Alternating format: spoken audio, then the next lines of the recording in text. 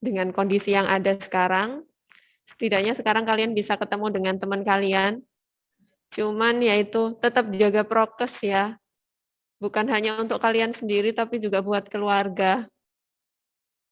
Dan juga buat teman-teman kalian, buat dosen-dosen kalian, karena mereka pun punya keluarga. Jadi bukan hanya dipikirkan diri sendiri, aku sehat kok nggak apa-apa kena COVID. Tapi pikirkan orang lain juga, mereka juga punya keluarga. Jadi meskipun mungkin nanti keluar dari sini, tetap jaga prokesnya seperti itu ya, demi keselamatan semuanya seperti itu. Ya, kelas ini kelas rekayasa kebutuhan kalian semester berapa? Semester 5? 6, Bu. 6. Oh iya, semester 6. Tahun ketiga kalian. Jadi ini salah satu mata kuliah wajib kalian ya. Sebelum mungkin nanti Anda sebagian sudah mulai memilih mata kuliah pilihan, ini salah satu mata kuliah wajib terkait dengan rekayasa perangkat lunak. Ini salah satunya.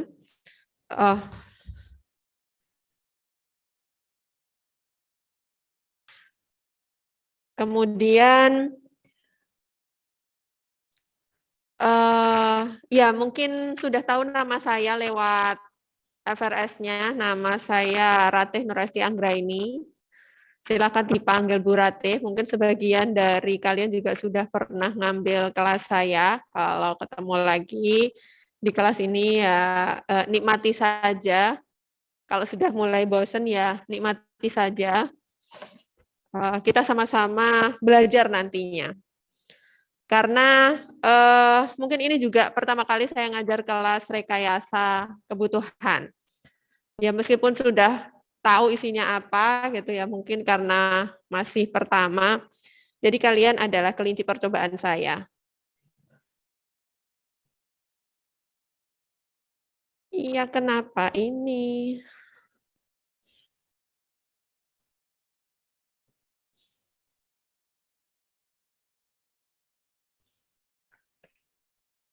Seperti itu. Sebelum kita masuk ke kuliah, nggak tahu ini kenapa ya. Bentar.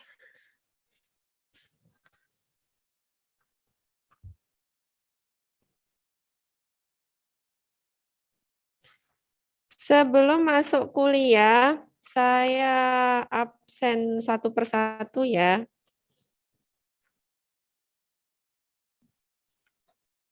Di kelas ini ada 37 mahasiswa ya.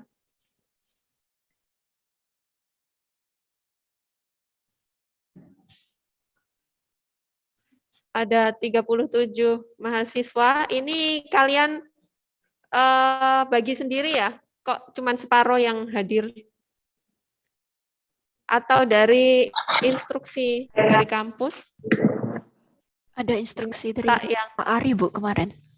Oh, ada instruksi ya? Kalian nggak bisa dengar ya, saya bicara. Saya sakti ya. Oh, ada instruksi pembagiannya yang ganjil genap atau gimana? Benar, Bu. Kalau tidak salah kemarin dari 1 sampai absensi ke Absensi 20. 1 sampai separuh gitu ya. Jadi 20 kalian sih, harus Bu. ngecek saya ini termasuk yang atas atau yang bawah gitu ya. Oh, oke. Oke. Benar, Bu. Ya. Ya, jadi ada beberapa dari kalian yang meskipun sudah di Surabaya ternyata harus kuliah online. Dan lagi ternyata bisa jadi minggu depan lockdown. Sudah dengar ya teknik sipil lockdown? Ya. Makanya jaga kesehatan, jaga prokes agar nggak perlu lockdown. Seperti itu. Oke, saya coba panggil satu persatu. Kita santai aja ya minggu pertama ya. Nggak perlu tegang dulu. Nanti baru kita genjot di minggu-minggu selanjutnya. Yang pertama, virus Hasnarofifah. Oh, hadir.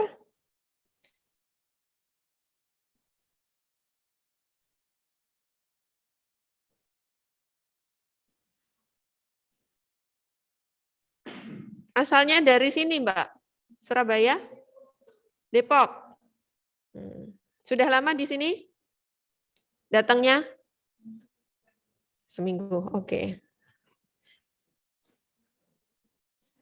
Seminggu, aman. Afifah Nur Sabrina. Panggilnya saya siapa? Sabrina. Sabrina, oke. Virus tadi ya? Virus atau Hasna panggilan? Virus. Oh, Hasna. Hasna. Sabrina. Sekarang banyak yang sukanya dipanggil dengan nama tengah ya. Bunga Virus. Panggilannya? Bunga. Dari Surabaya, Solo. Kalau Mbak Sabrina tadi? Jakarta. Ya, setidaknya jauh-jauh ke sini offline ya. Berarti ini beruntung yang NRP-nya kecil ya. Bisa offline duluan ya. Karena pasti dia namanya akan muncul di atas kalau NRP-nya kecil. NRP besar kan berarti munculnya di bawah. Sania Azahra. Ada. Dari mana, Mbak? Surabaya aja. Dias Tri Kurniasari. Dari Kediri. Kediri. Baru datang berarti ya pas sebelum kuliah atau udah lama di Surabaya? Sudah 1 minggu. Oh, pada ngambil itu ya, awal bulan gitu ya datangnya.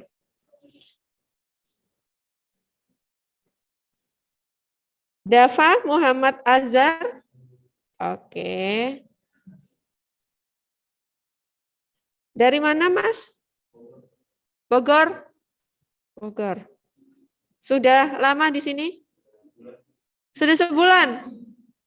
Begitu dengar mau offline itu langsung ke sini ya. Main-main dulu gitu ya. Ketemu temennya. Ya, ya, ya, ya.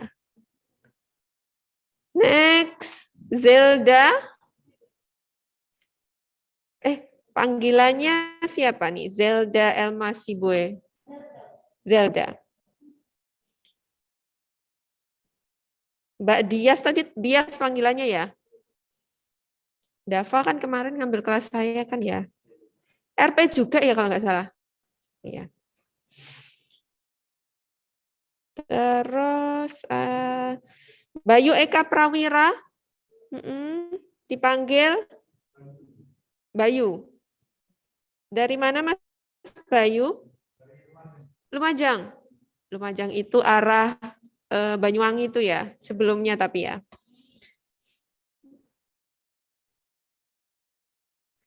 Sudah lama di sini, Mas? Seminggu. Rata-rata seminggu ya. Kalian itu nggak diminta antigen dulu sebelum masuk ya? Enggak. Cuman ini, surat izin orang tua aja sama itu yang apa? Apa satunya ya? Kok saya lupa. Oh, isoman ya. Ada syarat isoman berapa hari? Seminggu. Makanya pada datang 1 minggu sebelumnya itu karena itu ya.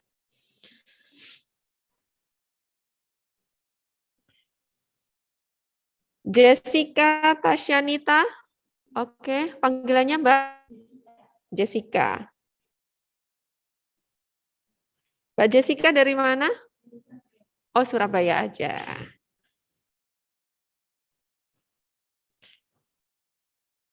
Dia Putri Nariswari. Oke. Panggilannya? Putri. Dari Surabaya aja. Oke. Nurul Izzatil Ulum. Panggilannya? Nurul. Belum ngisi screening ya? Yang belum ngisi screening ketahuan dosennya. Statusnya ada.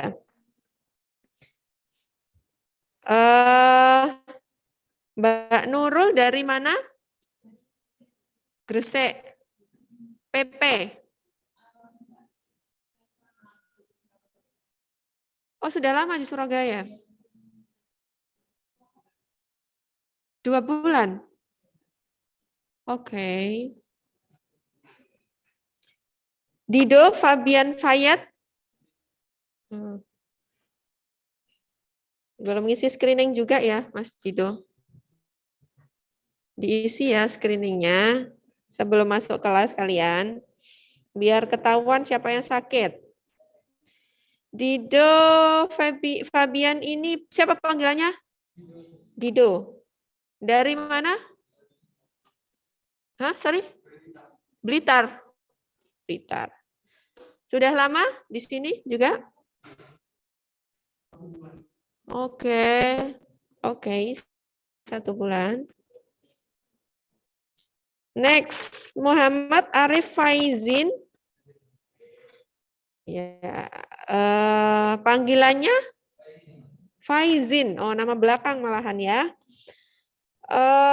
Dari Gresik.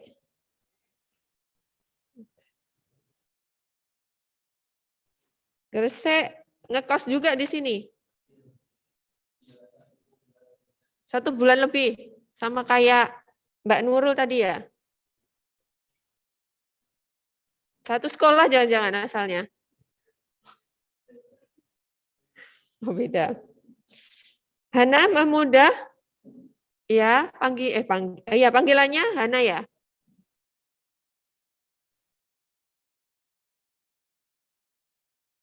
Oke. Dari mana? Gresik juga. 1, 2, 3. Di sini sudah sebulan juga.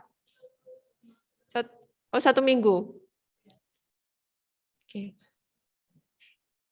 Ini ngambil kelas RP saya ya kemarin. Itu yang hilang itu gimana nasibnya ya? Siapa ya kemarin itu? Nggak ada kabarnya itu. Teman seangkatanmu bukan sih? Terus gimana? Apa dia aktif lagi sekarang?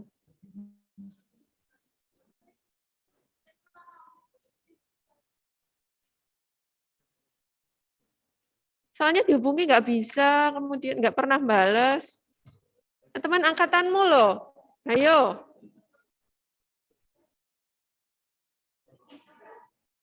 Masih ada yang sempat kontak dengan dia? Ada anaknya. Oh ya sudah kalau ada anaknya. Aman berarti. Physically dia ada gitu. Soalnya menghilang dari kelas saya. Menghilang dari kelas saya, dikontak nggak bisa.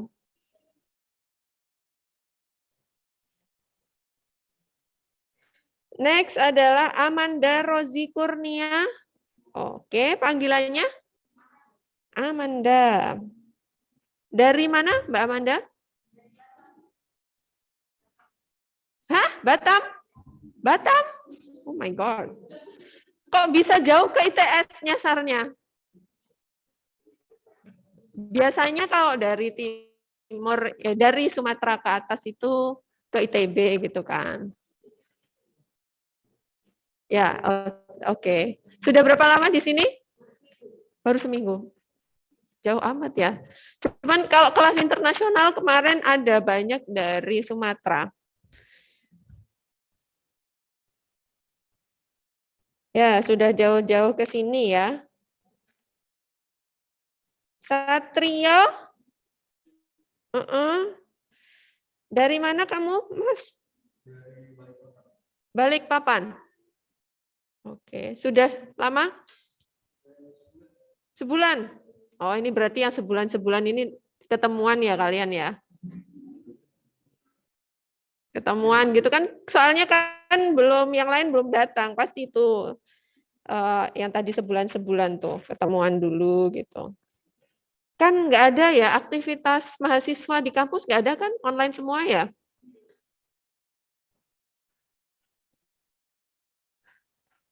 Clarence, panggilannya siapa? Clarence. Sorry, memang satu suku kata ya? Satu kata. Satu kata. Panggil siapa? C. C. CE. Kamu dipanggil temanmu CE. C. C. C. Oke. Ini kalau di paspor nanti namanya jadi Clarence biasanya. Karena nggak ada nama belakangnya.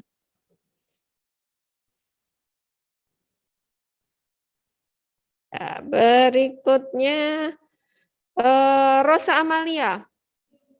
Ya. Panggilannya Rosa. Dari mana Mbak Rosa? Riau. Oh, ada lagi yang dari daerah Sumatera. Sudah lama di sini, Mbak? Sebulan. Oh, 2019 itu anyway kalian sempat di kampus selama 1 semester ya? Oke, berarti memang maksudnya sudah kenal sama temennya gitu kan, kalau sudah sempat ketemu 1 semester. Kalau adik kelas kalian kan belum ketemu sama sekali, 2020 itu. Oke. Sabrina Lydia Simanjuntak. Oke, panggilannya? Sasa.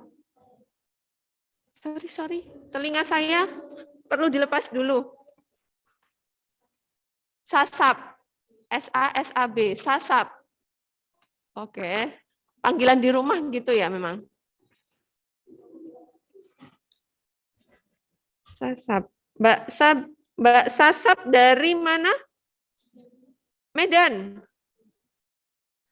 Oke, bertambah lagi yang dari Pulau Sumatera.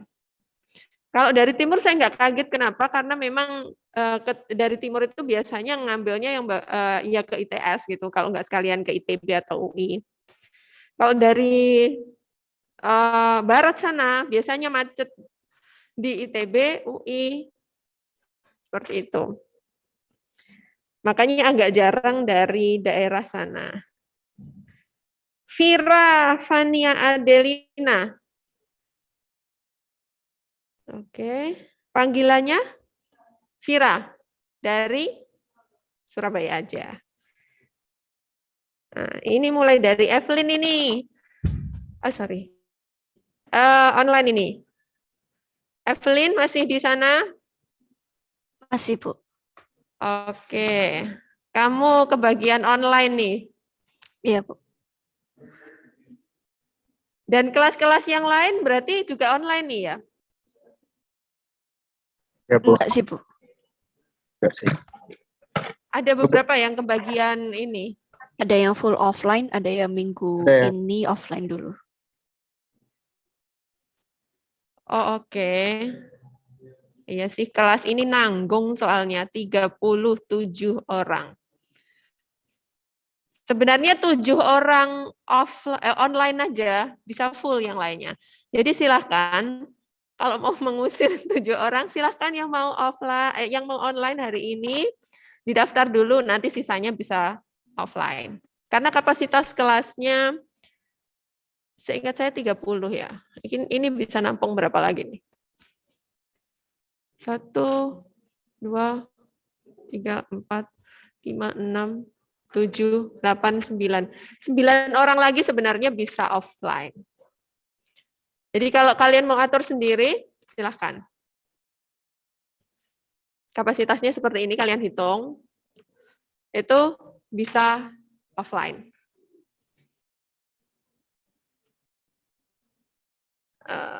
Next, Muhammad Falda Rizky Nur Firdaus. Hadir, Bu. Hadir. Panggilannya Falda ya? Iya, Bu. Sakit ya? Agak sakit ya? Oh, enggak sih, Bu. Ini hasil screeningnya kurang sehat. Oh Iya, iya, silakan. mungkin. Hasil screeningmu kurang sehat. Oh, mungkin tadi salah pencet, Bu. Albert Philip Silalahi. Duh. Oke. Ini. Oke. Untung kapasitasnya cukup ya. Pintar. Udah jauh-jauh kok ya ke sini. Masa online di kos-kosan lagi, online-nya nggak keren banget. Oke, panggilannya Albert. Albert dari mana? Sumatera Utara. Sama kayak Sasap tadi ya?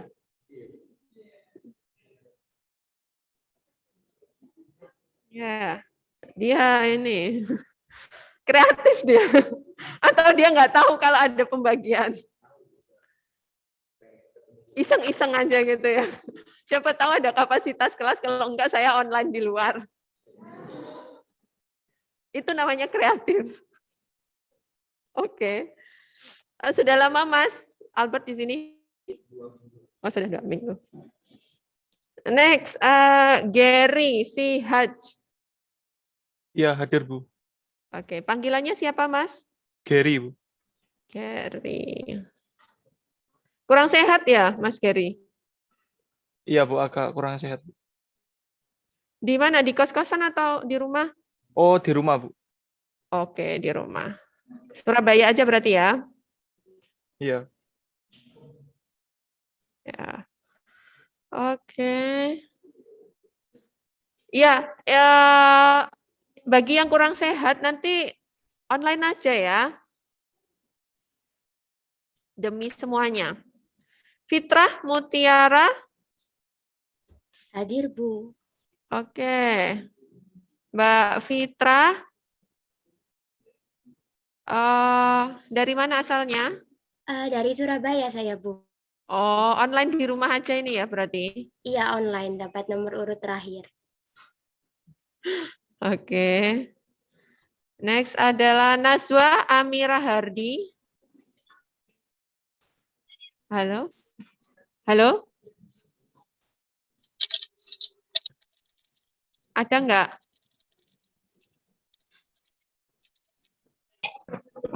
Di chat, Bu. Oh, ada ya. Suaranya nggak muncul. Jadi nggak bisa saya tanyain. Zahratul Adila. Hadir, Bu.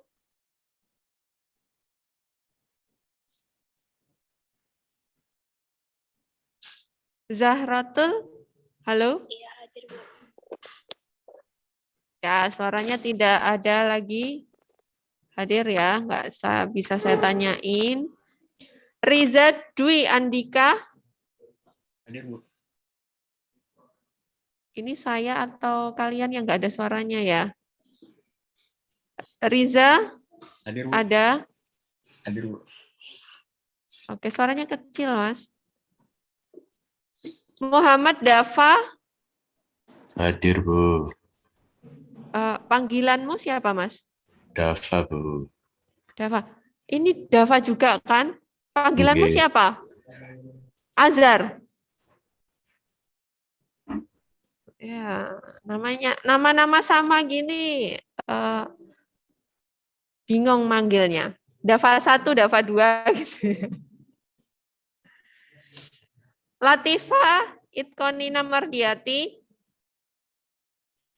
Oke, panggilannya Mbak. Oke. Di Surabaya, dari Surabaya aja atau gimana ini? Oke. Oh iya, ini yang kemarin WA saya ya Mbak. Ya sudah bisa apply Mbak, sudah ada. Ya, silahkan apply. Next Aflah Hilmi. Hadir, Bu. Aflah ya panggilannya. Iya, Bu. Dari mana Mas Aflah? Dari Surabaya, Bu. Oh, Surabaya aja.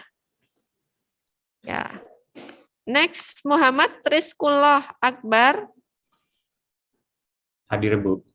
Oke, panggilannya Akbar, Bu. Akbar. Mas Akbar di mana ini? Di kos, Bu. Di kos. Iya. Aduh, jauh-jauh ngekos ya, nggak bisa online. Nah, ini harusnya sekreatif Albert nih. Masih ada space soalnya. Ya, coba nanti kalau kalian ada kelas, datang aja online dari informatika juga nggak masalah. Sebenarnya lab itu kalau nggak ada kelas, kalian bisa manfaatkan. Kalian bisa online dari lab. Kemarin sudah ditanyakan, boleh online dari lab. Selama kapasitas labnya kan 50% ya, yang boleh masuk. Selama itu terpenuhi. Itu boleh, silahkan. Jadi kalian misalkan nunggu siapa tahu ternyata ada space di kelas gitu ya. Ada beberapa yang memilih online, silahkan hadir. Kemudian cek kalau misalkan jatah kalian itu memang harusnya online, tapi dan memang nggak ada space, kalian bisa online-nya dari lab. Seperti itu.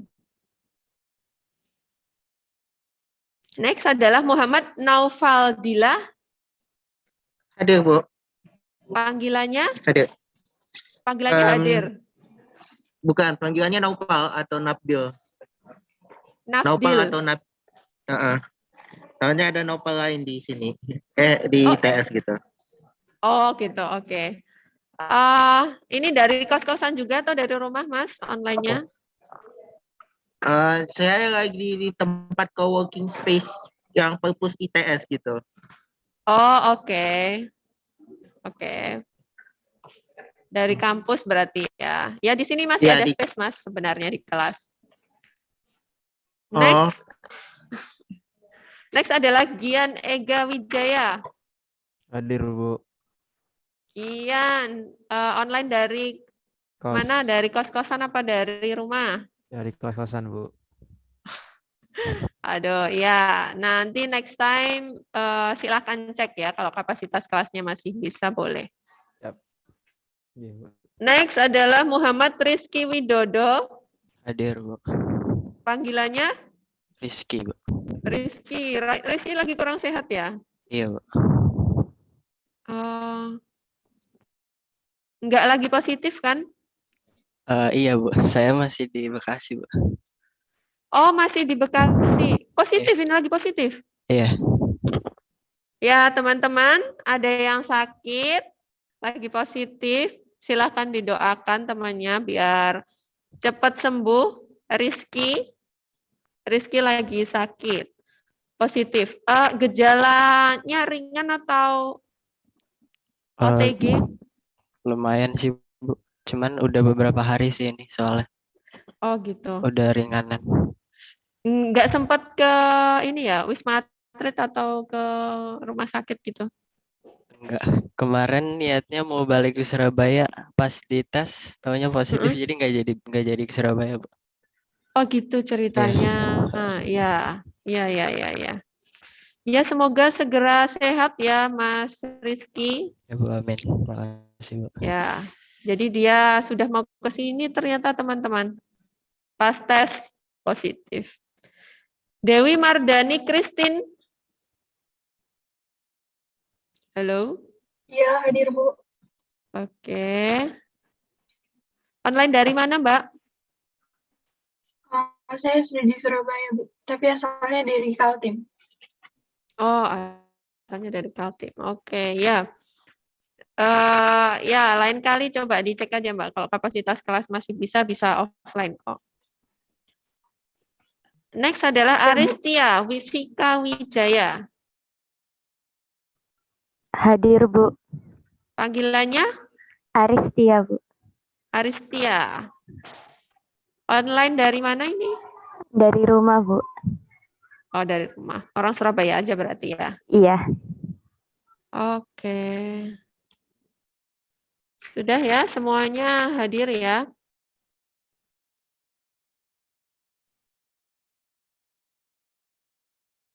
Nah, kita bisa mulai kelasnya.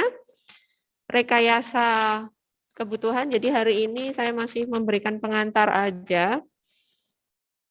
Kita incip-incip aja dulu materi rekayasa kebutuhan.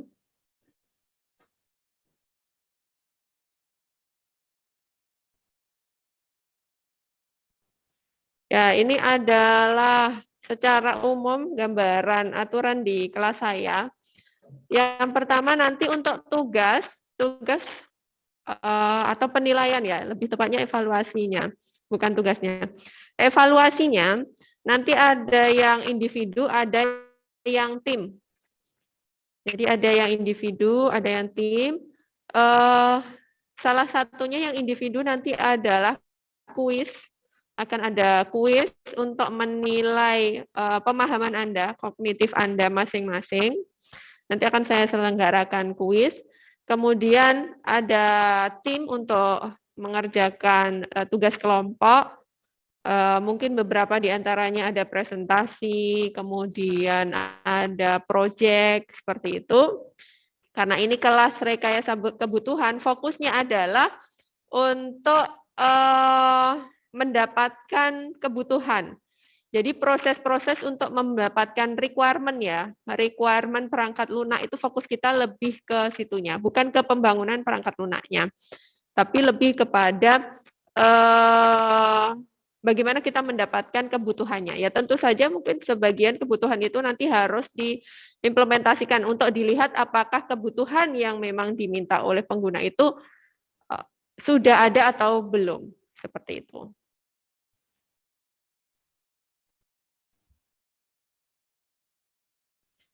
Lalu di kelas saya nggak ada toleransi untuk cheating, nyontek, copy paste dalam bentuk apapun ya. Cheating dalam bentuk apapun itu tidak ada toleransi, nilainya akan saya nolkan. Jadi misalkan ketahuan Anda tugas itu cuma sekedar copy paste dari internet misalkan. Resource kan banyak sekali ya sekarang, Anda googling gitu pasti akan sudah nemu apa aja gitu pasti ketemu kan. Nah, saya mau Anda itu belajar. Jadi proses belajarnya boleh melalui Anda itu nyari di internet, it's alright, nggak masalah bagi saya. Cuman dibaca dan dipahami. Kalau Anda sudah membaca dan memahami, Anda akan bisa menyusun dengan kalimat Anda sendiri. Karena kelas ini bukan kelas hitung-hitungan gitu ya. Maka pasti akan ada banyak resource yang Anda dapatkan secara online. Tetapi saya minta agar itu tuh nggak sekedar di copy paste, tapi Anda pahami apa yang Anda tuliskan di situ dengan tulisan Anda sendiri. Seperti itu. Boleh semacam itu. Cuman kalau sekedar copy paste atau Anda nyontek dari teman, itu yang tidak ada toleransi dari saya. Nilainya akan langsung saya nolkan. Yang ketiga adalah terlambat pengumpulan, akan ada poin yang hilang. Semakin lama terlambatnya, semakin besar poin yang hilang. Kenapa? Karena saya mau menghargai yang tepat waktu pengumpulannya. Kan yang tepat waktu nggak puas dong kalau dia ngumpulkan tepat waktu, temennya ngumpulkan telat, nilainya sama. Nggak mau dong ya kayak gitu. Makanya akan ada missing point, poin-poin yang hilang kalau Anda mengumpulkannya terlambat. Mungkin kalau sekedar 5 menit gitu ya, saya masih akan toleransi 5-10 menit, mungkin ada masalah jaringan dan sebagainya. Tapi kalau more than that, sejam, 2 jam, atau bahkan sehari, karena ada beberapa yang mengumpulkan itu sampai beberapa hari berikutnya, ngumpulin sih, tapi beberapa hari berikutnya, itu tentunya poin yang hilang akan banyak. Semakin lama akan semakin banyak. Jadi kalau sudah deadline-nya, yaitu yang akan saya jadikan sebagai panduan. Karena pasti ada catatan kan di classroom itu, kalau Anda mengumpulkan tugas, telatnya berapa lama. Itu ada. Lalu saya minta untuk Anda nanti mengkoordinasi, satu kelas ini ada grup WhatsApp, dan saya diundang ke dalamnya. Untuk koordinasi ya. Kita bisa koordinasi lewat situ. Kemudian kalau ada informasi-informasi, misalkan saya tidak bisa hadir di kelas, atau ada tugas, Itu bisa saya informasikan lewat situ saja. Sehingga saya nggak perlu bingung ini lewat mana. Kalaupun ke Classroom kan kadang bisa jadi Anda tidak buka Classroom. Kalau WhatsApp itu kan lebih cepat seperti itu. Jadi kita koordinasi lewat grup WhatsApp seperti kelas-kelas yang lainnya. Ya, saya minta nanti salah satu silahkan siapa saja untuk membuat grup WhatsApp-nya dan mengundang saya. Oke, ya. Jadi kelas hari ini mungkin nggak akan sampai ke jebakan RK ya, karena ternyata kita kenalan aja sudah hampir 1 jam. Jadi kita akan membahas mengenai kenapa sih kita butuh RK, rekayasa kebutuhan. Kenapa nggak langsung aja kita ngoding? Kok butuh sih direkayasa kebutuhannya? Kenapa kebutuhannya perlu melalui proses yang sangat panjang? Dan apa itu RK sendiri itu apa? Rekayasa kebutuhan. Itu akan kita bahas hari ini. Nanti kalau ada waktu baru kita masuk ke 10 jebakan di dalam rekayasa kebutuhan. Nah, oke, kita mulai dari sebuah ilustrasi. Kalau misalkan saya bertanya kepada Anda, tolong saya dibuatkan ayunan. Saya minta satu orang dari sebelah sini untuk maju dan tolong saya dibuatkan ayunan di papan sebelah sini. Ada nggak sih pennya? Kok cuma satu? Oh, nggak ada.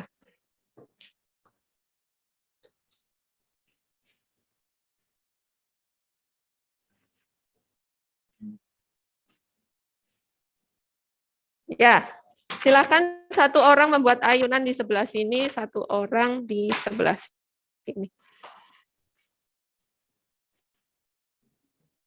Silakan, tolong dan dibuatkan ayunan. Siapa mau maju?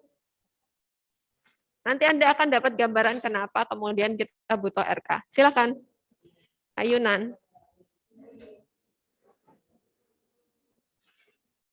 Ya, oke. Satu orang, satu lagi. Satu sudah perempuan, satu laki-laki ya. Silakan.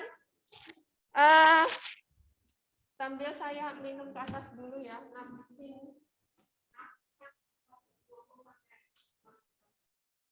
Satu lagi, Mas, siapa? Silakan.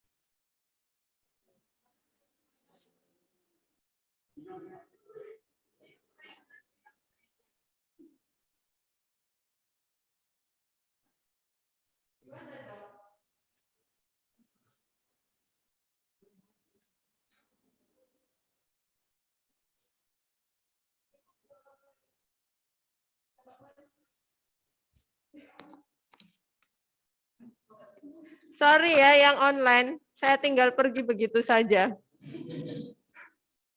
Sorry. Oh iya, teman kalian tadi, saya minta buat ayunan. Ternyata apa yang mereka buat bukan seperti yang saya mau. Ini bukan ayunan yang saya mau. Ayunan sih yang kalian bikin, tapi saya bukan yang seperti itu.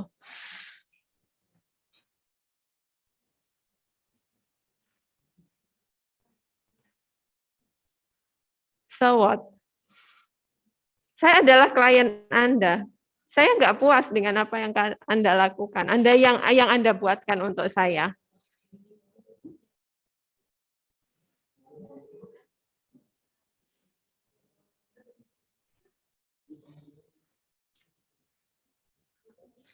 Tanggung jawab loh, saya sudah keluarkan budget sebesar 50 juta.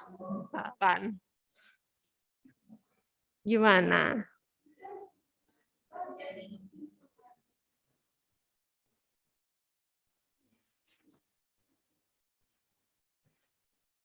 Ini bukan ayunan yang saya mau.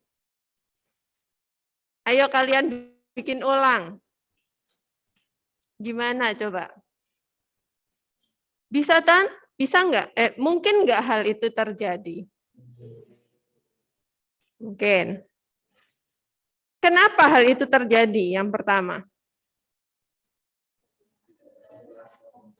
Oke, silakan raise hand, angkat tangan. Yang mau menjawab, biar saya bisa mendengarkan satu persatu. Karena telinga saya agak soak dengan kalian pakai masker itu ngomongnya. Silakan, Dido. Kebutuhannya tidak terpenuhi.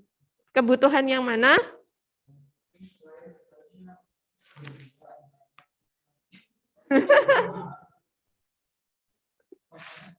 Oh, ya, mungkin saya mintanya berdua biar bisa suami saya gitu ya.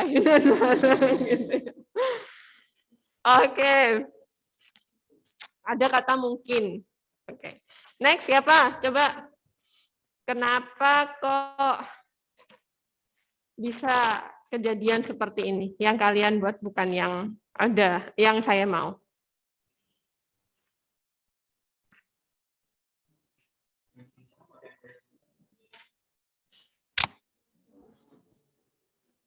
Nggak ada yang raise hand. Yang online ada yang raise hand nggak? Oh, ada 3. Wah. Bentar, saya pakai telinga dulu. Sorry ya, kalian nggak bisa dengar ya.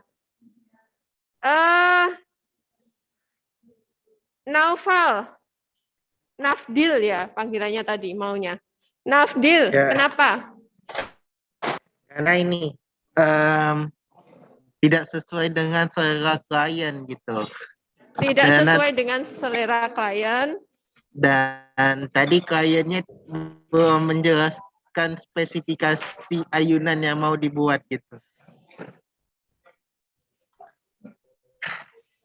Tadi kan kliennya bilang tolong buatkan saya ayunan, tapi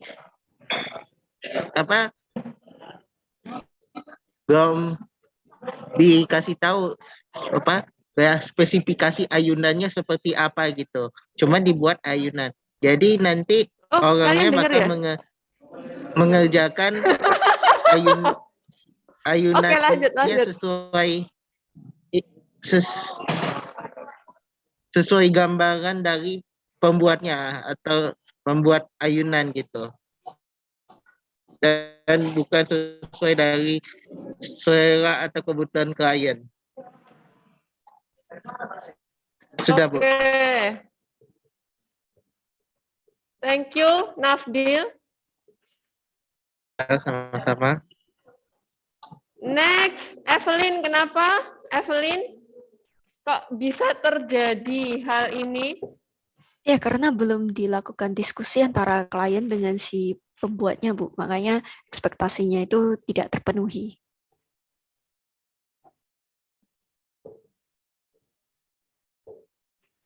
Oke, ada lagi? Siapa ini? Latifa.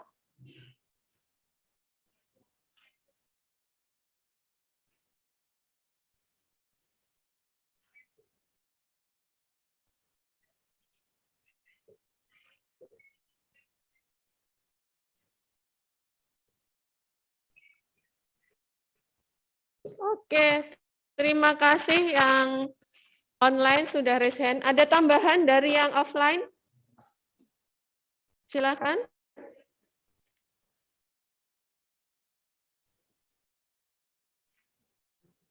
Sama? Ya. Yang pertama memang itu ya tadi.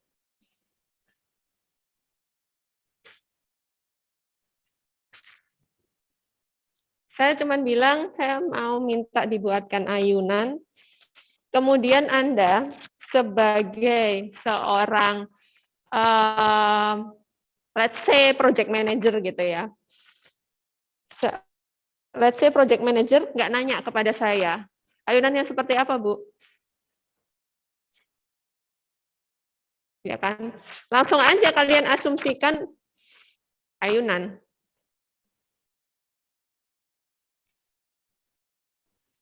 Padahal yang saya mau adalah ayunan bayi.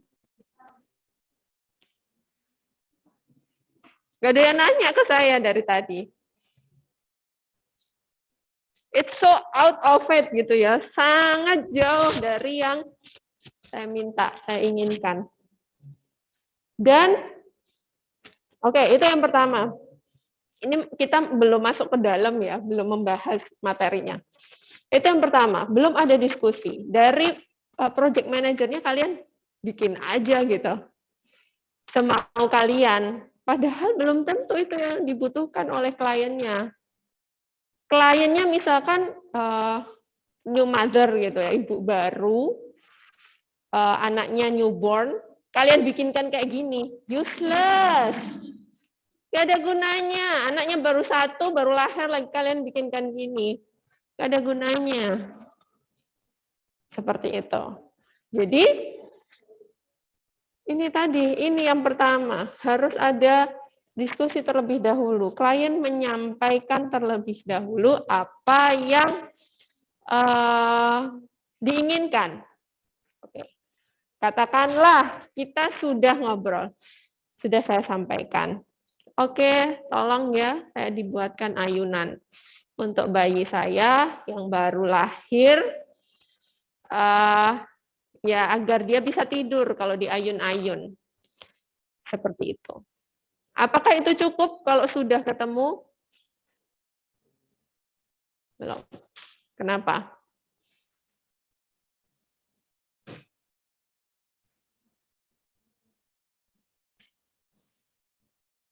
Ya, kita coba mikir sama-sama kenapa.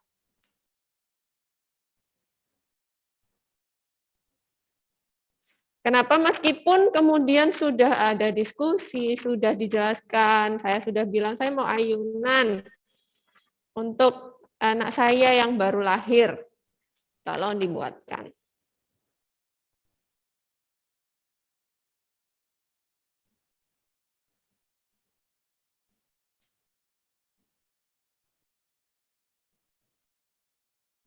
Apakah sudah cukup saya menyampaikan seperti itu?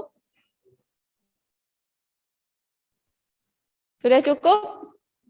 Belum? Kurang apa lagi? Ya, silahkan. Siapa ini yang mau jawab ini? Oh ya, silahkan Mbak Latifah. Kenapa? Persepsi. Oke, kita samakan sekarang Mbak Latifah persepsi kita. Kan bayi Mbak Latifah. Mbak Latifah sudah ada gambaran ayunan bayi yang saya mau. Oke, kita sudah sama persepsinya? Belum. Kurang apa? Saya sebagai klien, saya harus menjelaskan apa lagi, Mbak?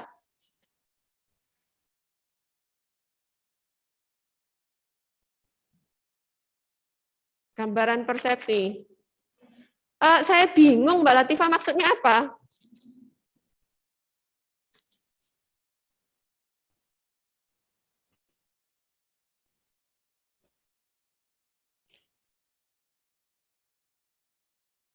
Oh, itu bulat atau kotak ya pertanyaannya. Oh, saya mau yang kotak. Nah, saya mau yang kotak.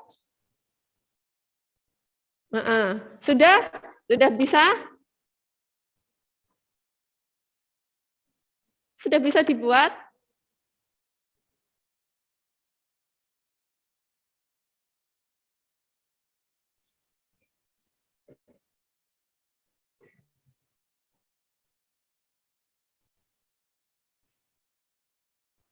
Apa kekurangannya kalau kotak bentuknya?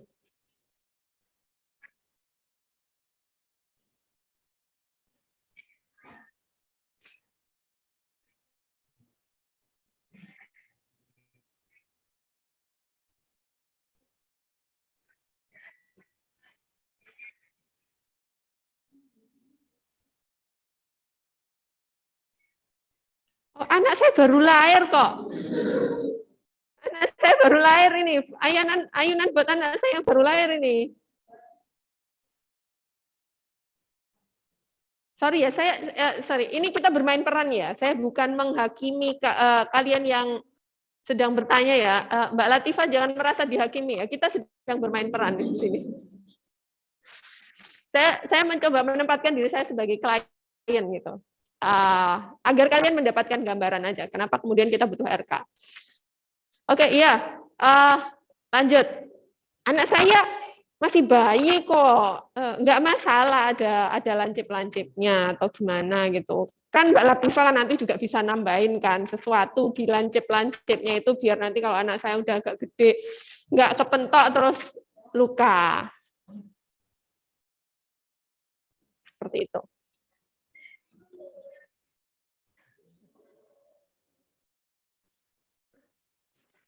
Oke. Ya, kita coba bedah di sini dulu. Tadi, menyamakan persepsi. Kita sudah coba menyamakan persepsi ya. Tadi diskusi sudah kita jalani, persepsi sudah coba kita tanyakan. The problem is, kadang, dan sering ini, kadang dan bukan sekedar kadang, sering terjadi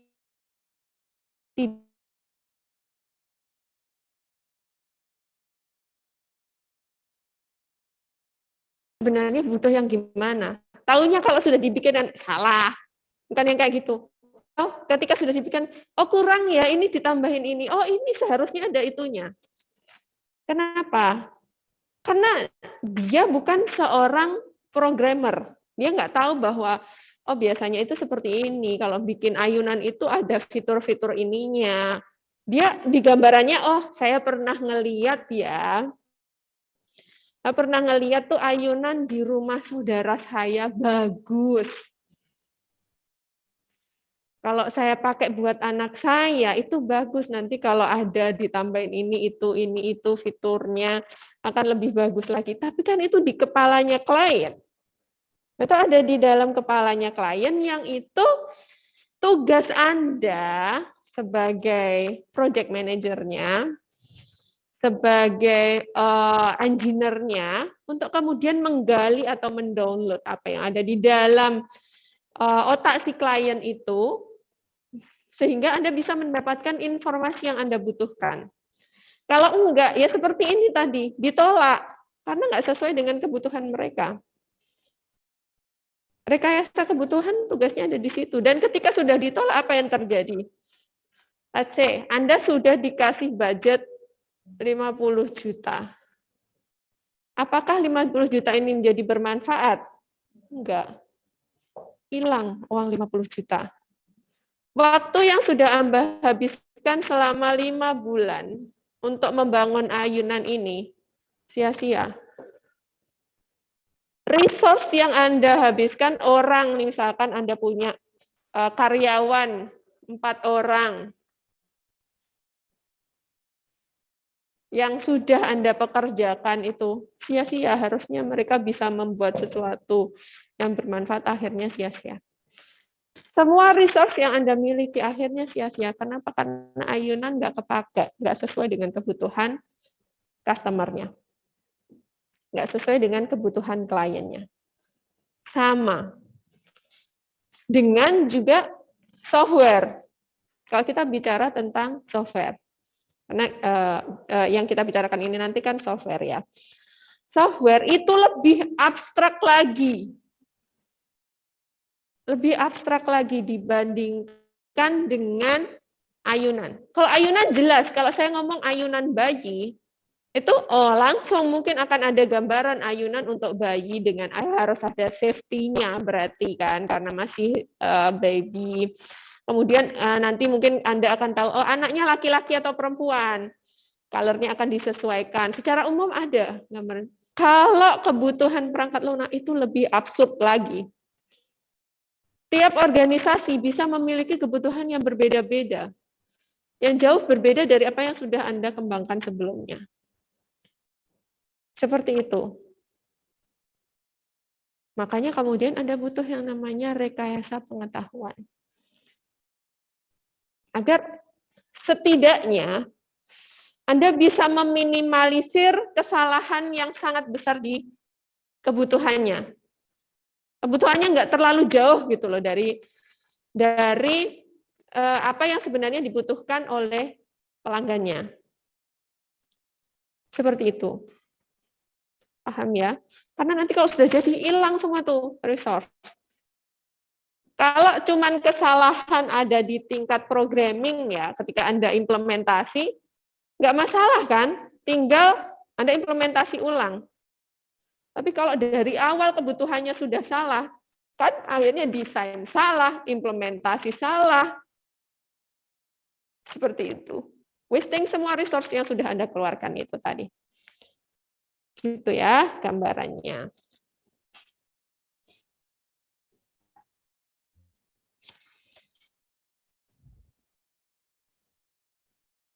Ada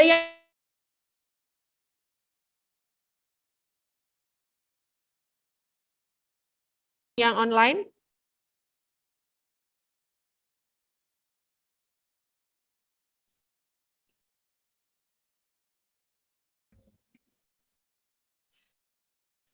Suara saya. Sudah jelas sekarang?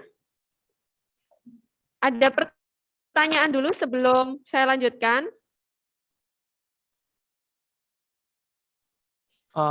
Izin bertanya, Bu.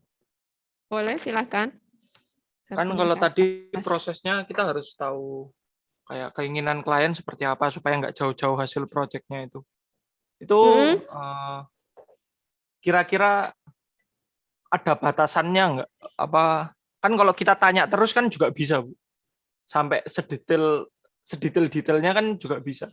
Tapi mungkin sampai seberapa banyak pertanyaan biar bisa dikatakan cukup gitu. Oke.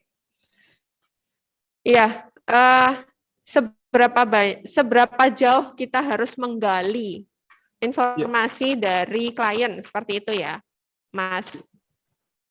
Kira-kira pertanyaannya. Ya. Yang pertama sebenarnya akan lebih bagus ketika kemudian klien kita itu bisa terlibat dalam proyek kita.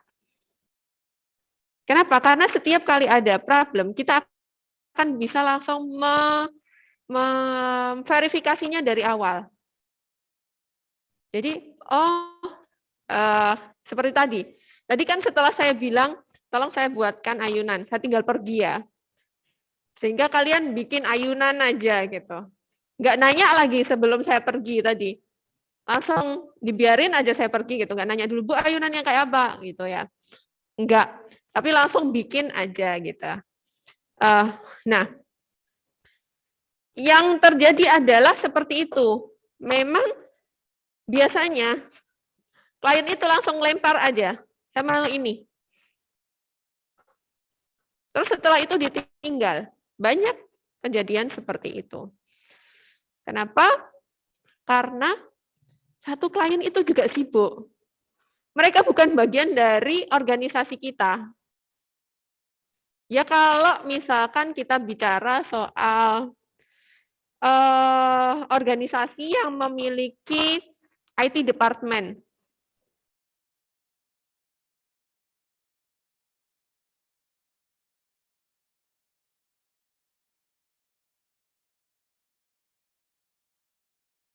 Pengajaran itu minta tolong dibuatkan X untuk memfasilitasi kebutuhan tertentu dari ITS gitu ya, minta dibuatkan. Nah, itu pihak DPTSI kan bisa nanya terus, oh yang seperti apa? Nah, besoknya dikembangkan, ternyata gimana kayak gini? Oh, ini seharusnya seperti itu. Nah, bisa terlibat langsung kalau memang itu adalah IT dari sebuah organisasi.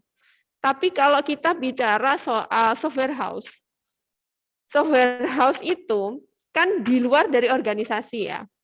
Jadi dia mengembangkan software yang itu bukan masuk ke dalam organisasi. Sehingga kalau mau ketemu dengan klien kan harus janjian dulu.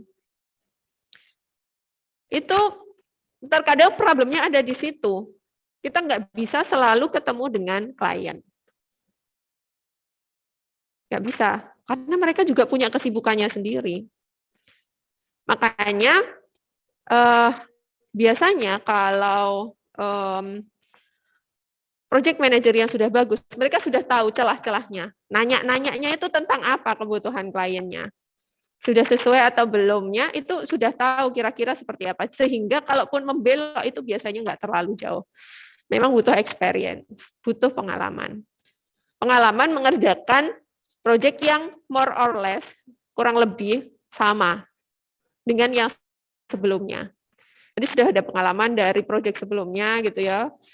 Misalkan buatkan SIM akademik, sebelumnya sudah bikin SIM akademik tuh untuk kampus X, sekarang kampus Y. Ya kira-kira sama lah, tinggal ditanyakan, oh soal ini butuhnya seperti apa, pembagian jamnya seperti apa, presensinya apakah masuk atau tidak, itu kan pertanyaannya hampir sama karena pernah membuat. Tapi kalau ini benar-benar baru spesifik banget buat organisasi tertentu, itu yang kadang susah. Kenapa? Karena yang tahu proses bisnisnya hanya orang yang ada di dalam organisasi tersebut. Jalannya seperti apa, itu adalah orang yang ada organisasi tersebut. Sama as simple as kayak kalau saya tanyain kamu terkait dengan penyakit kanker kulit itu, kira-kira pengobatannya pakai apa? Ngerti nggak kamu? Enggak kan? Kenapa? Karena bukan bidang kita. Kita orang IT, kita nggak ngerti kanker kulit. Sama. Kayak gitu. Kalau misalkan Anda diminta untuk mengembangkan suatu perangkat lunak untuk deteksi dini kanker kulit, nah kalau Anda tidak mengetahuinya, gimana? Pasti harus membutuhkan expert di bidang kanker kulitnya. Nah, itu harus ditanyain. Problemnya ada di situ. Kalau ini sangat spesifik biasanya. Hanya untuk proses bisnis tertentu, untuk bidang tertentu. Seperti itu. Ya. Ini gambaran dari tadi ya. Sebelum saya lanjutkan ini gambar ini sudah terjawab, Mas. Siapa tadi yang nanya ya? Gary, Bu. Ya, sudah terjawab? Iya, Bu. Atau Sudah. mau Terima kasih. bertanya ulang? Cukup dulu, mungkin bisa dilanjutkan materi selanjutnya dulu. Oke. Dari yang di sini ada pertanyaan dulu? Nggak ada. Ya, ini adalah gambaran seperti yang saya minta Anda membuatkan ayunan tadi. Saya mengatakan sekedar membuatkan ayunan ya, mengatakan seperti itu. Tapi yang dipahami bisa jadi berbeda. Dipahami oleh yang bertanya, misalkan analisnya yang bagian tanya ke apa, terus setelah itu kan direncanakan, bikin planning. Planningnya bisa jadi akhirnya sudah berbeda dari apa yang dikatakan oleh kliennya. Karena apa? Karena klien meminta X, itu belum tentu X itu bisa diimplementasikan dalam sebuah perangkat lunak. Bisa loh seperti itu. Saat ini belum bisa dengan kecerdasan semacam itu. Misalkan seperti itu. Itu nggak bisa diimplementasikan saat ini. Mungkin loh seperti itu. Jadi klien mikirnya kita itu sudah secanggih Meta gitu ya. Padahal kita belum sampai sana. Dan untuk bisa sampai sana itu masih jauh gitu ya. Resource-nya butuh besar, sedangkan dia itu cuma punya dana 10 juta misalkan. Nggak bisa diimplementasikan. Kita yang harus cari akal nih 10 juta gimana memenuhi kebutuhan klien. Ya enggak? Jadi apa yang direncanakan akhirnya berbeda lagi. Yang di-develop akhirnya juga beda lagi karena programmernya mikirnya beda lagi. Oh, ini nggak bisa diimplementasikan pakai codingan ini nih, pakai bahasa pemrograman ini. Diubah lagi. Terus nanti dokumentasinya hilang. Nggak ada dokumentasinya sama sekali. Itu kosong. Biasanya sering kejadian seperti ini. Yang didokumentasikan apa? Nggak ada. Nggak ada dokumentasinya sama sekali. Yang di-deploy itu cuma talinya doang. Fitur-fitur yang lainnya itu nggak jalan pas di-deploy, error.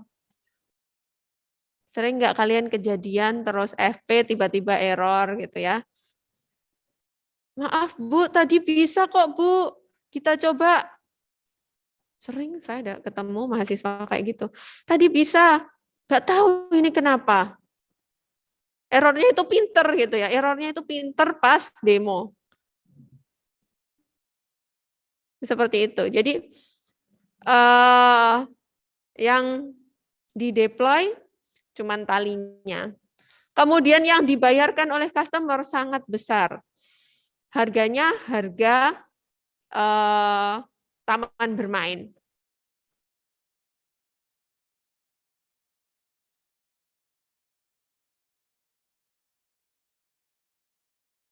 Proses maintenance, kalau misalkan ada problem dan lain sebagainya, supportnya minim, hampir nggak ada sama sekali.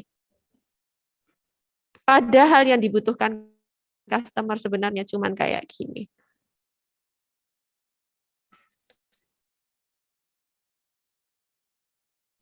Yang dihasilkan jangankan ayunan, cuman tali. Ini sering kejadian semacam ini dalam pengembangan perangkat lunak. Problemnya bisa jadi adalah, salah satunya adalah itu tadi, kurangnya penggalian informasi pada saat rekayasa kebutuhan. Itu salah satunya. Makanya kemudian kita butuh rekayasa kebutuhan, belajar kalian rekayasa kebutuhan itu karena itu. Oke, ini apa ini? Tanya. Nggak ada kok di waiting room. Kosong Mbak waiting room saya.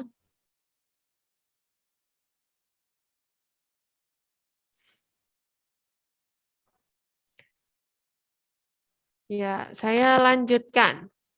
Next. Nah, saya tanya lagi nih. Kalau ditanya itu kalian mikir ya, biar nggak dari dosennya aja satu arah. Kebutuhan itu apa? Jadi kan mata kuliah kita rekayasa kebutuhan. Kebutuhan itu apa? Ada yang mau menjawab? baik yang offline maupun yang online. Nah. Ya? Kamu mau ikut kelas? Silakan.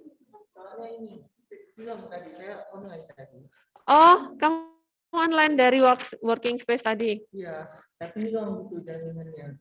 Oh ya sudah, silakan. Tinggal setengah jam padahal, nggak apa-apa lah. Ada yang harus dikasih jarak ya, Mas? Sebelah sana bisa, pojok sana. Tuh. Sampingnya Albert tuh. Kalau nggak mau di depan, padahal depan banyak loh. Kalau mau di depan nggak apa-apa, silahkan.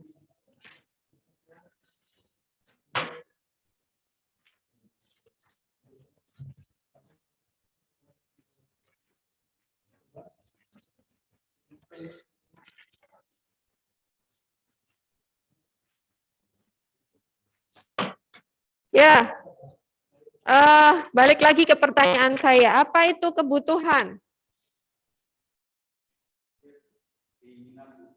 Keinginan.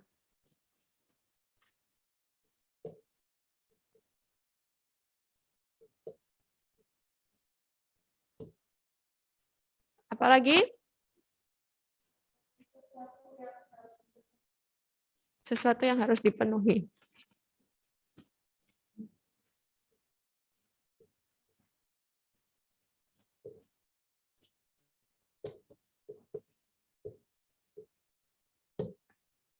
Ada lagi? Dari sini dulu. Pondasi.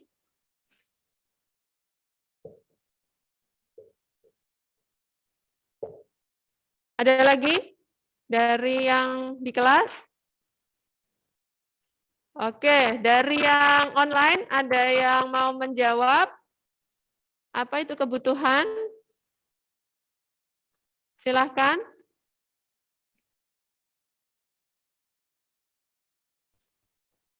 Nggak ada.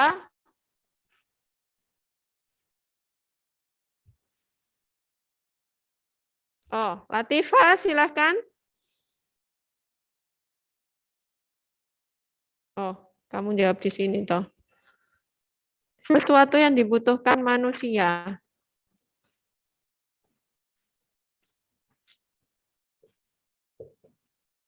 Iya, namanya kebutuhan. Ada. Ya, sesuatu yang dibutuhkan. Namanya kebutuhan.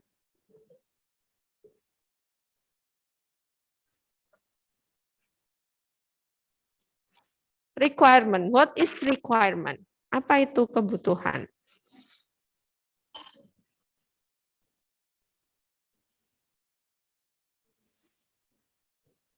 Di situ jawabannya adalah keinginan, kemudian sesuatu yang harus dipenuhi, pondasi, dan sesuatu yang dibutuhkan.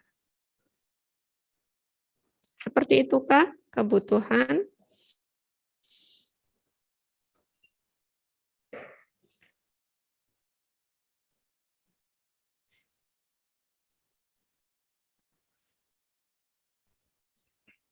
Jadi kebutuhan itu kalau kita bicara tentang perangkat lunak ya di sini. Kebutuhan dalam perangkat lunak itu adalah bagaimana sistem itu berperilaku, itu bukan berlaku ya, berperilaku. Sistemmu nanti itu ngapain gitu loh. Perilakunya seperti apa? Bisa ngapain? Itu adalah kebutuhan. Nah.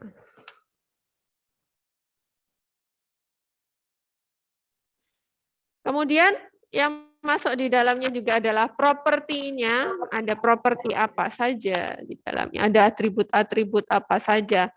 Karakteristik sistemnya seperti apa. Misalkan, oh dia harus cepat.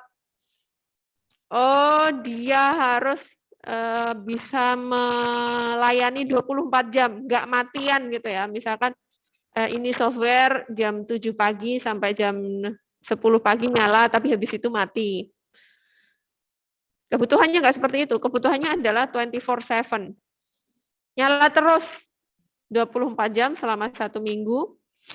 Seperti itu. Kualitasnya, kualitas itu juga masuk kebutuhan. Sehingga dapat memberi nilai atau berguna bagi penggunanya. Jadi dia harus bermanfaat.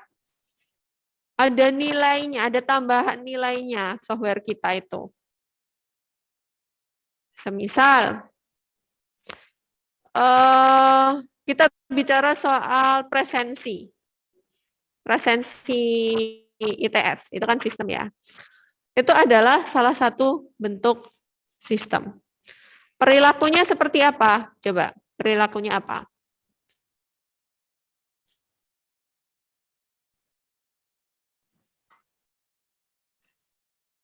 Dia bisa mengabsen Anda dengan Anda memasukkan kode presensi. Anda sudah dianggap sebagai hadir pada mata kuliah tersebut. Kemudian dari sisi dosennya, dosen juga bisa memasukkan mahasiswa seperti tadi. Kelihatan, saya masukkan, tandai satu persatu. Siapa yang hadir, siapa yang izin, siapa yang sakit, siapa yang alfa, itu bisa saya tandai. Itu adalah perilakunya. Kemudian tadi kan karakteristik dan kualitasnya. Handal dia. Kenapa? Karena bisa diakses dari mana saja. Ya kan? Yang di sini bisa mengakses ya. Kemudian pas Anda online, ada yang online dari Sumatera, ada yang dari Kalimantan, dari Jawa, semua bisa mengaksesnya. Kelasnya jam berapapun itu bisa diakses. Itu ketika kita bicara tentang kualitasnya. Kemudian dia juga harus tadi kan memberi nilai atau berguna bagi penggunanya. Penggunanya butuh siapa? Kalian kan? Mahasiswa kan butuh. Kalau saya hadir kuliah kan saya harus absen. Zaman dulu mungkin sebelum Anda pandemi mungkin masih sempat nggak pakai tanda tangan fisik ya.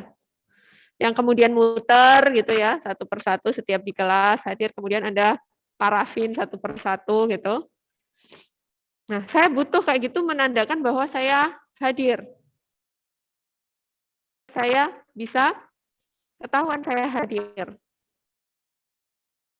Sehingga bermanfaat untuk menyatakan kehadiran Anda. Dari sisi dosen, dosen perlu tahu nih mahasiswanya yang siapa.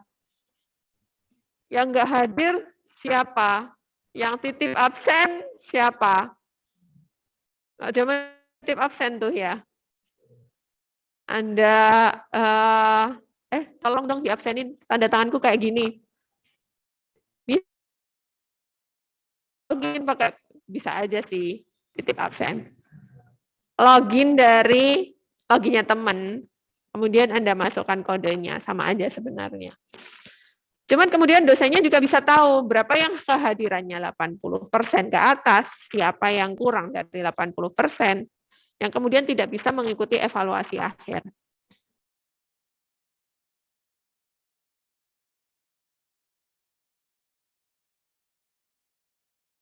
Harus ngeceki satu persatu. Anda juga nggak harus tanda tangan gantian, satu persatu bisa langsung semuanya barengan absen. Nggak ada namanya ketinggalan Bu, tadi absennya sudah dikembalikan sama temennya. Nggak bisa seperti itu lagi. Itu kebutuhan. Sedangkan yang dimaksud dengan, kadang kebutuhan kita bedakan dengan spesifikasi kebutuhan. Itu bedanya adalah kalau spesifikasi kebutuhan, jadi kebutuhan itu adalah properti-propertinya atau atribut-atributnya. Kalau spesifikasi kebutuhan itu adalah kesatuannya. kesatuan kebutuhan atau needs-nya itu tadi atau requirement-nya itu tadi yang terdokumentasi dari satu produk atau layanan. Jadi spesifikasi itu, spesifikasi kebutuhan, kalau saya ngomong spesifikasi kebutuhannya gimana? Itu adalah saya nanya dokumennya. Yang jadi satu, bukan sekedar kebutuhannya, oh dia bisa ngabsen mahasiswa satu. Bukan seperti itu, tapi kalau spesifikasi kebutuhan itu adalah secara keseluruhan, kesatuannya itu tadi, yang kemudian terdokumentasikan.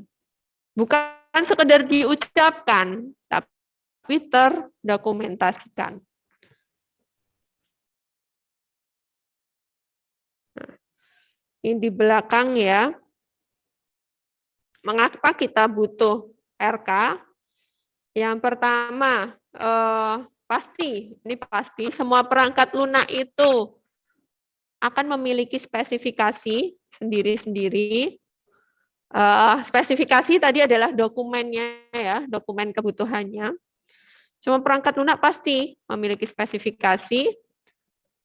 Dan seringnya permasalahan itu muncul pada saat berawal dari spesifikasi kebutuhan yang tidak lengkap. Jadi kebutuhannya ada, tetapi spesifikasi itu kan secara keseluruhan kesatuan tadi, itu nggak lengkap, tidak lengkap mendokumentasikan kebutuhannya.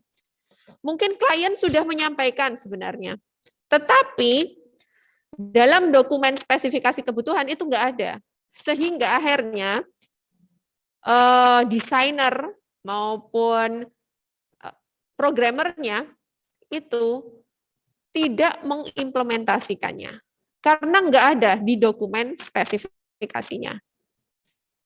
Begitu. Jadi awalnya dari spesifikasi kebutuhan. Bisa mungkin memang tadi kliennya nggak menyampaikan, tapi bisa jadi juga klien sudah menyampaikan tapi tidak terdokumentasikan dengan baik. Dan ternyata 40-60% kesalahan dalam software development itu muncul berawal dari kesalahan di tahap spesifikasi. Jadi salah di awalnya ketika menspesifikasikan kebutuhannya.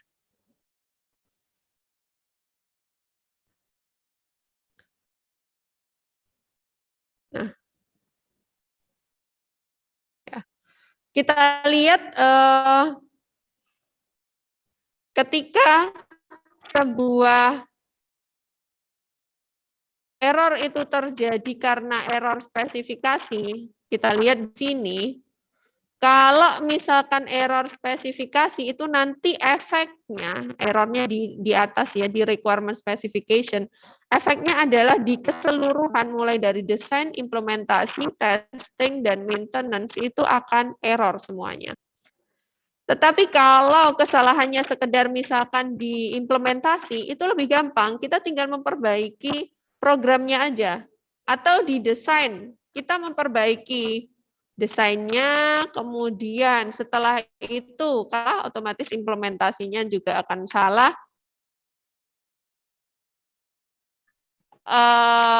Secara keseluruhan, seluruh proses itu jadi salah, tetapi hanya cukup di desain dan implementasi saja. Seperti itu. Jadi ini sebutannya adalah imperfect program, produknya nggak sempurna. Tetapi kalau di spesifikasinya salah, itu fail. Nggak akan berguna sama sekali. Kalau desainnya salah, mungkin masih bisa digunakan untuk fitur-fitur tertentu. Tapi kalau sudah spesifikasinya yang salah, itu sudah nggak bisa digunakan lagi.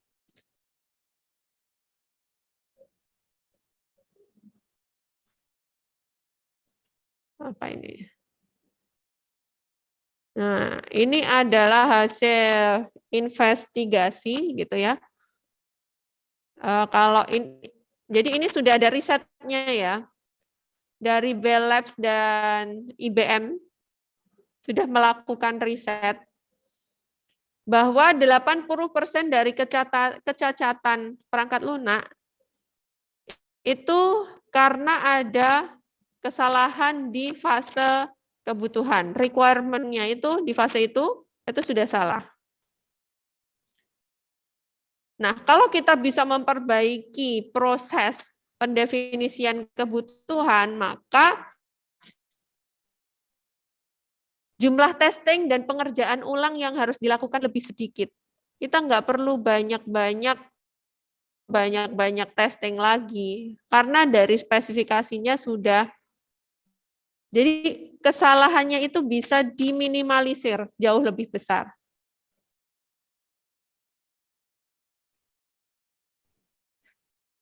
Kemudian kerugian itu juga bisa tentunya merugikan end user juga.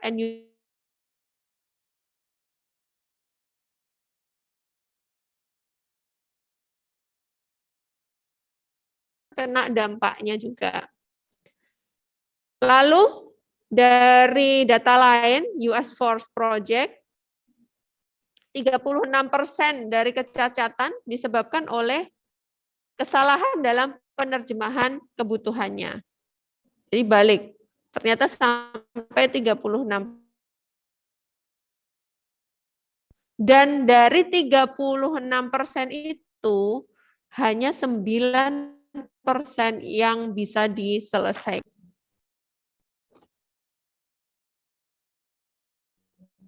Nah, ini juga dari proyek spacecraft ya, Voyager dan Galileo, dari 197